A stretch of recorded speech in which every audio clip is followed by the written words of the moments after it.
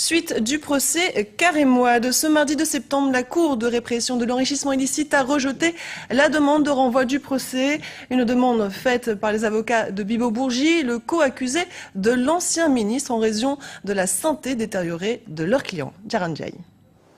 Reprise du procès Karim Ouad ce mardi 2 septembre. Après un mois de bataille de procédure, aucune question de fond n'a été abordée. L'état de santé d'Ibrahim Abou Khalil, dit Bibo Bourgi, le complice présumé du fils de l'ancien président, est au cœur des débats. Les avocats de la défense ont demandé le renvoi du procès le temps de son rétablissement, mais la Cour s'est prononcée à leur défaveur. La défense dénonce une affaire montée de toutes pièces. Le pouvoir cherche à me condamner afin de m'empêcher de me présenter à la prochaine présidentielle.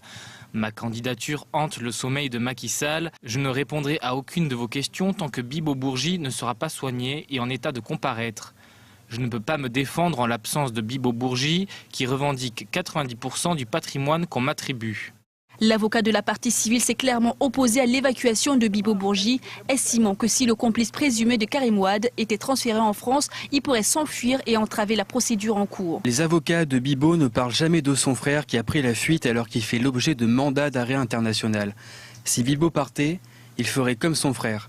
Je pense que même si Bibo est malade, il n'est pas assez malade pour ne pas pouvoir suivre le procès et subir les interrogations à la barre. Le fils et ancien ministre d'Abdoulaye Wade, Karim Ouad, est poursuivi pour enrichissement illicite et de corruption passive. La justice enquête sur un patrimoine évalué à 178 millions d'euros.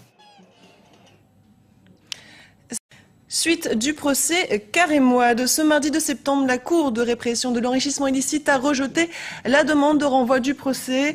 Une demande faite par les avocats de Bibo Bourgi, le co-accusé de l'ancien ministre en raison de la santé détériorée de leur client. Djaran Ndiaye. Reprise du procès Karim Ouad ce mardi 2 septembre. Après un mois de bataille de procédure, aucune question de fond n'a été abordée.